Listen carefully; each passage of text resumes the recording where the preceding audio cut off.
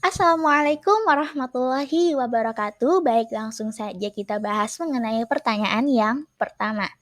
Menurut Ibnu Rushdi, seorang ahli filosof muslim, cara membuktikan adanya wujud Allah itu ada dua cara, yakni dengan dalil al-inayah atau dalil tentang the proof of providence, dan dalil tentang al-ikhtira atau proof of creation. Dalil al-inayah sendiri merupakan dalil yang menjelaskan tentang segala sesuatu yang ada di alam semesta ini. Kesempurnaan struktur serta kemegahannya itu menunjukkan bahwa alam semesta ini tidak mungkin terbentuk dengan sendirinya tanpa ada yang menciptakan.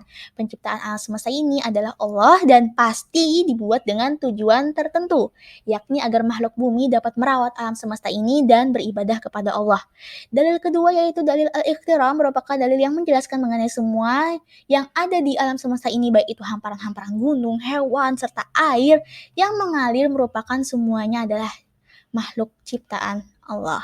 Selanjutnya mengenai iman, ihsan, dan Islam. Iman, ihsan, dan Islam ini merupakan suatu dasar fondasi masyarakat muslim dalam beragama dan ketiganya memiliki keterkaitan yang sangat erat. Iman atau akidah adalah suatu keadaan yang didasarkan pada keyakinan yang mencakup mengenai perbuatan dan perkataan. Islam atau syariah yang berisi hukum serta aturan-aturan yang mengatur hubungan manusia dengan Allah atau hubungan manusia dengan sesamanya.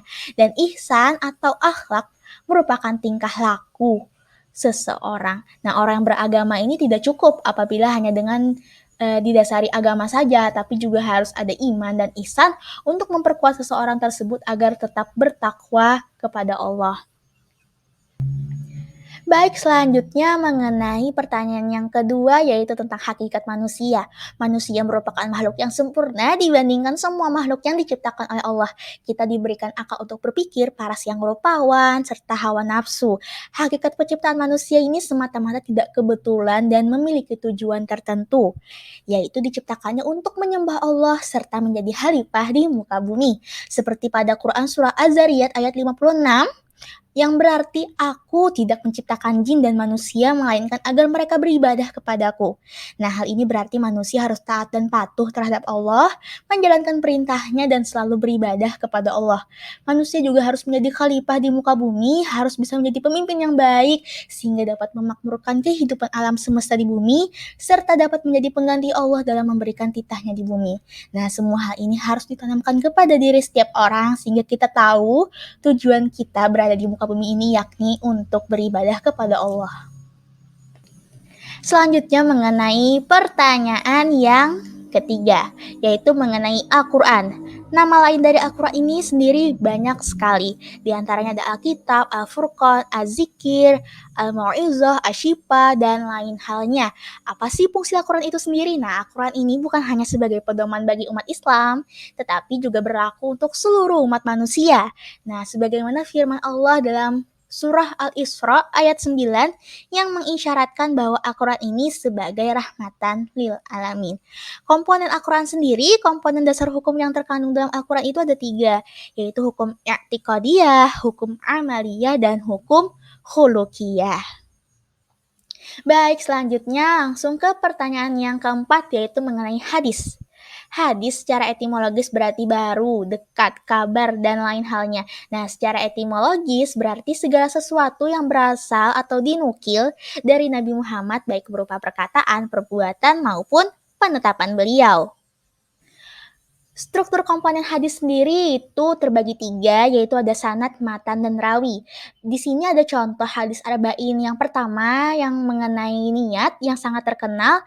Nah, pada An Amir Mukminin Abi Hafsin Umar Ibnu Khattab radhiyallahu anhu qala itu merupakan komponen struktur hadis sanad.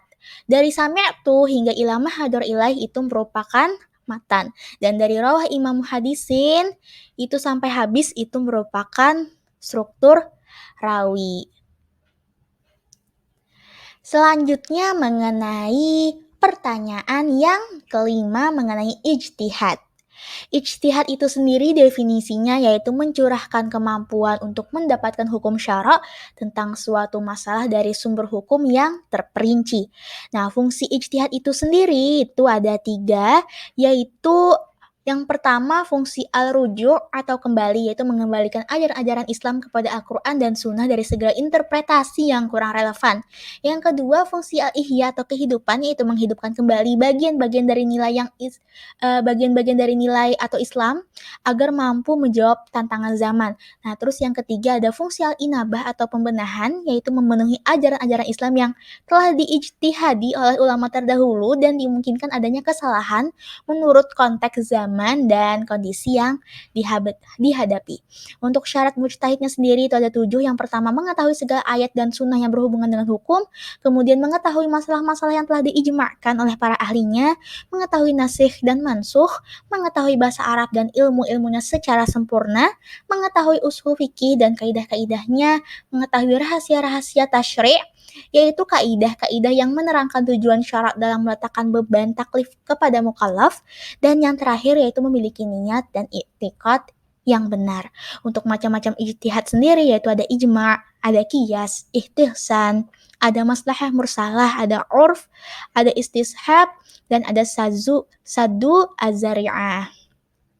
Selanjutnya ini pertanyaan yang keenam mengenai akhlak. Akhlak sendiri merupakan hal ikhwal yang melekat pada jiwa atau sanubari yang menimbulkan perbuatan tanpa pikir panjang atau spontanitas. Nah, beberapa akhlak dari Al-Quran ini banyak, diantaranya ada sidik, ada amanah, ada istiqomah, ifah, mujahadah, syaja'ah, tawadu, malu, sabar, pemaaf, dan masih banyak lagi. Untuk akhlak Rasulullah sendiri, yang kita jadikan sebagai sosok suri tauladan bagi umat Islam karena akhlakul karimah yang beliau miliki yang Masya Allah, sangat luar biasa. Di antaranya yaitu ada sidik, jujur, ada tablik, menyampaikan amanah, dapat dipercaya, dan fatonah yang artinya cerdas. Nah, untuk perbedaan sendiri antara akhlak, etika, dan moral, dari segi makna, akhlak berarti perangai, perbuatan kita. Etika berarti ilmu tentang baik dan buruk, dan moral itu berarti nilai atau ketentuan baik dan buruknya. Nah, untuk dari segi sumber atau dasar hukumnya, akhlak itu bersumber dari Al-Quran dan As-Sunnah, sedangkan etika dan moral itu bersumber dari adat istiadat atau hasil kesepakatan bersama. Nah, untuk dari segi sifat dan nilai akhlaknya sendiri, itu kalau akhlak bersifat dari universal dan nilainya abadi, sedangkan etika dan moral itu sifatnya lokal dan nilainya temporer. Baik, kita lanjutkan ke pertanyaan yang ketujuh mengenai ilmu pengetahuan dan teknologi. Nah, di antara dalil yang berisi perintah untuk menuntut ilmu yaitu ada pada Quran Surah Al-Alaq ayat 1 dan pada hadis riwayat Ibnu Majah nomor 224. Bacalah dengan menyebut nama Tuhanmu yang menciptakan. Nah, pada Quran Surah Al-Alaq ayat 1-5 ini menunjukkan bahwa betapa pentingnya membaca dan mengajarkan untuk manusia agar manusia itu memiliki ilmu pengetahuan. Kemudian dalam hadis riwayat Ibnu Majah sendiri menuntut ilmu itu wajib atas setiap muslim. Nah, ini berarti menunjukkan bahwa setiap muslim itu wajib untuk menuntut ilmu di sepanjang hayatnya. Integrasi iman, ilmu, dan teknologi dalam Islam. Nah, integrasi iman dan ilmu pengetahuan merupakan suatu keharusan dikarenakan keduanya itu merupakan dua objek yang saling mengisi. Dengan memiliki iman, maka kita akan semakin percayakan firman Allah dalam surat tersebut, kemudian kita akan semakin giat dalam menimba ilmu pengetahuannya. Nah, ilmu merupakan petunjuk dalam beriman dan beramal karena dengan kita mengetahui segala sesuatu, maka orang itu akan teguh imannya kepada Allah. Integrasi iman, ilmu, dan amal ini digambarkan dalam Quran Surah Ibrahim ayat 24-25. Baik, kita lanjutkan ke pertanyaan yang ke-8 mengenai ekonomi Islam. Ekonomi Islam memiliki prinsip yang bersumber dari Al-Quran dan Al-Hadis, dan prinsip ini akan menjadi landasan kegiatan ekonomi Islam yang secara teknis selalu berkembang dan berubah sesuai dengan perkembangan zaman dan peradaban yang dihadapi manusia. Bentuk-bentuk ekonomi Islam sendiri ada zakat, ada infak, ada wakaf, dan masih banyak lagi. Nah, zakat itu adalah bagian tertentu dari harta yang wajib dikeluarkan oleh setiap muslim apabila telah mencapai syarat yang ditetapkan. Ada dua jenis nih, yang pertama ada zakat fitrah, dan yang kedua ada zakat mal. Kemudian infak. Infak berasal dari kata anfaqah yang berarti mengeluarkan sesuatu untuk kepentingan sesuatu. Nah, infak ini dikategorikan menjadi dua, yaitu infak wajib dan infak sunnah. Kemudian yang ketiga ada wakaf. Nah, wakaf sendiri diambil dari bahasa Arab yang berasal dari kata waqafa yang artinya berhenti atau menahan. Wakaf ini adalah perbuatan hukum wakif untuk memisahkan atau menyerahkan sebagian harta benda miliknya untuk dimanfaatkan selamanya atau untuk jangka waktu tertentu sesuai dengan kepentingannya, baik itu untuk ibadah atau kesejahteraan umum sesuai dengan syariah. Baik, kita lanjutkan ke pertanyaan yang kesembilan mengenai etika politik, demokrasi Islam, dan HAM. Nah, etika politik dan demokrasi itu termasuk dalam kelompok etika sosial, yakni yang membahas norma-norma moral yang seharusnya menimbulkan sikap dan tindakan antar manusia. Nah, ada perbedaan nih HAM menurut pemikiran Barat dengan HAM menurut pandangan Islam. HAM menurut pemikiran Barat itu semata-mata bersifat antroposentris.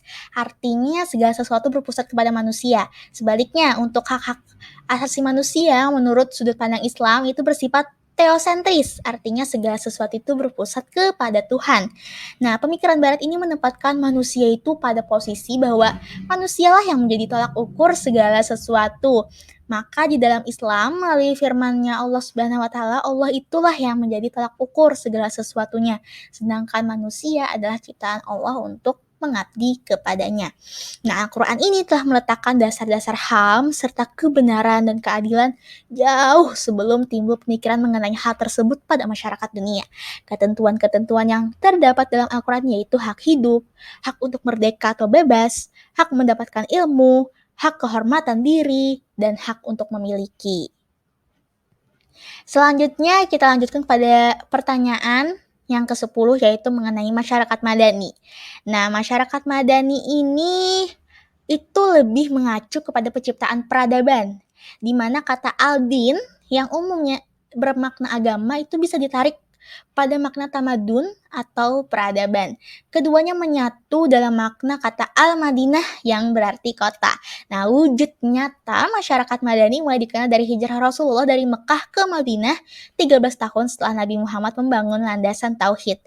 Hal tersebut sebagai fondasi dasar masyarakat komunitas Mekah menuju ke Yastrib dan mengubah nama menjadi kota Madinah yang diambil dari kata Madaniyah yang berarti peradaban.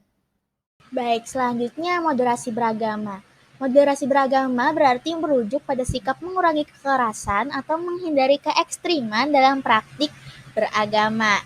Nah, dalam surat Al-Baqarah ayat 143 dijelaskan bahwa pentingnya menjadi sosok muslim yang beriman, berbuat baik, adil, dan moderat dalam bertindak dan berpikir. Dalam hubungan antara sesama manusia, konsep Islam rahmatan lil alamin ini berkaitan erat dengan sikap toleransi. Sikap toleransi mampu menciptakan kehidupan yang damai dan harmonis, sehingga konsep Islam rahmatan lil alamin menjadi satu konsep yang sangat penting dan sudah seharusnya menjadi bagian dari berbagai aspek kehidupan. Konsep rahmatan lil alamin sejatinya mempertimbangkan keimanan kita terhadap Allah, sekaligus mempertimbangkan hubungan sesama manusia dan alam. Mungkin itu saja dari saya. Salah hilaf mohon maaf. Wassalamualaikum warahmatullahi wabarakatuh.